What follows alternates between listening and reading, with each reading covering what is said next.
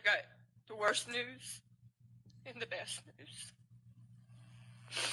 Obviously, we know what the worst news is, but the best news is that justice will be served, and I'll make sure that justice is served. She will pay 100% for this heinous thing she done. That's the real mother of Gannon Stauch. Gannon Stauch, 11-year-old boy who was murdered in Colorado. That's his mother talking about Gannon's stepmother, Letecia Stauch. Letecia Stauch now charged with the murder of 11-year-old Gannon. She's been locked up out in Colorado for a while now, but now she's facing some new charges, and we got our hands on the probable cause affidavit. Let's take a look at it. Solicitation to commit escape. Oh my. Apparently she had a plot to break out of prison. In the affidavit it says that Ms. Bouchard stated the letter she received from Ms. Stauch contained written plans for Ms. Stauch's escape. I asked wherein these letters were, and Ms. Bouchard told me they were in her cell. So another inmate ratting on another inmate. Exactly. That's the way it works. Anyhow, bizarre development in a tragic case. I want to bring in Liz Gilardi, who's an incredible reporter from our affiliate, Denver 7, out in Colorado. Liz, great to see you again. Thanks for coming on. What is going on with Letecia Stauch? Well, that's a good question. And anyone who's been following this case will know that she's really exhibited bizarre behavior from the very beginning, from when Gannon was reported missing. If you'll remember, she did that interview with the media a couple days later. And now we learn not only is she being accused of plotting an escape from jail, but she was also asking another inmate to assist her. That inmate came forward, wanted to speak with deputies, and handed over some of these letters. Do we have any idea how she exactly planned to break out? Because she doesn't strike me as the, I don't want to be mean here, but she doesn't strike me as the most intelligent person we've ever come across here. Well, she was planning, I guess you could say it was simple, or maybe it was something that she saw in the jail, I don't know, but she wanted to use, according to court documents, the handle of a broom to break out the window, and she thought that she could squeeze through the window and escape in that way. So that's what court documents are saying. And also in these letters that were found, there was a picture, a drawing of that window in her cell, and also kind of a code that she was using to speak with this other inmate, and then even talk about kind of a cash reward for helping and assisting in this. She had it all figured out, apparently. So what happened? Was there a status hearing today? Do we have any more information on what's going on in her cases now?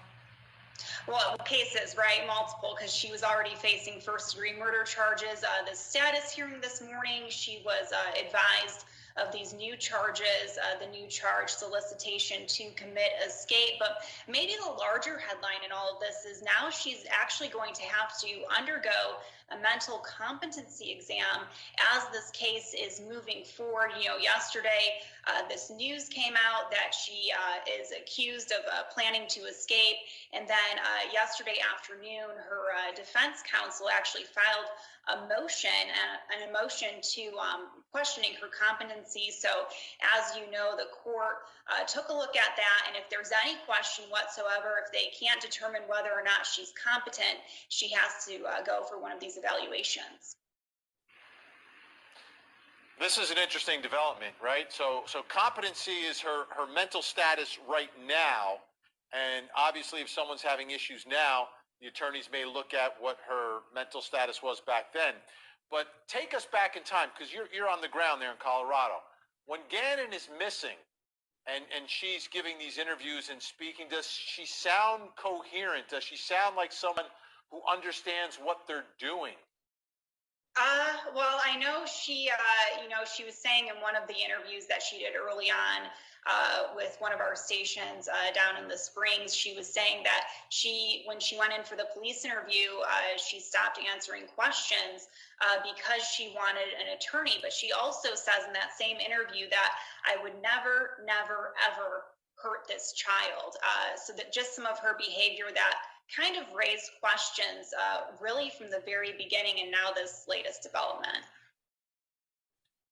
See that asking for your attorney, right? That's your right. But what it tells me is that she understands what's going on. She knows right from wrong. She understands the job that police and investigators have. So I think that could severely undermine any sort of mental defect defense that they may attempt here. What's the timetable on this? Colorado, I've been tracking some Colorado cases, and I've actually spoken to you about them, that take quite some time to actually go from arrest to we're in the courtroom with a trial. What are your thoughts about how close or how far away we are from seeing Letecia Stauch actually tried for this murder? I mean, I think this is probably only going to delay proceedings. I mean, you already have COVID-19, causing some issues with court proceedings in Colorado and across the nation. There were actually special notes in one of the court documents talking about, virtual way to watch the hearing. Only 12 people were allowed in the courtroom. But basically, her next court date is not until September, 90 days from now, or if they finish this competency exam sooner, it could be then, but we could have to wait another 90 days.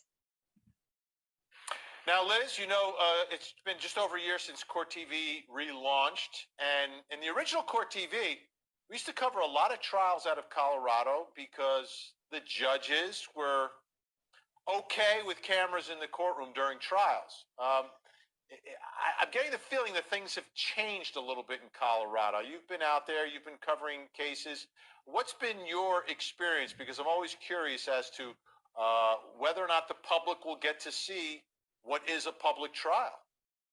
Oh gosh, it really just depends. But as of recent, it's actually been pretty hard, pretty difficult, especially in some of these more high-profile cases, to get a camera into a courtroom. Another case that comes to mind for me is Kelsey Schelling, who was a pregnant Denver woman who went missing, and her boyfriend is accused of killing her.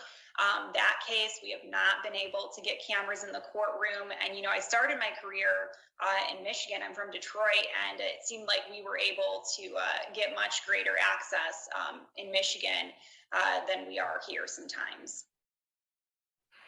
Yeah, it's interesting the turn that it took, because Colorado used to be almost automatic, to let the public see what's taking place inside their courtrooms.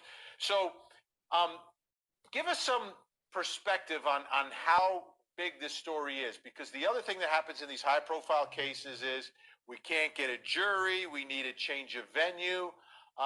Letecia Stauch, the county where she's going to be tried, El Paso County, can you describe that a little bit for us, and whether or not there's been any indication that they think that they may want to move the case out of there, or if, hey, maybe they can get a jury there?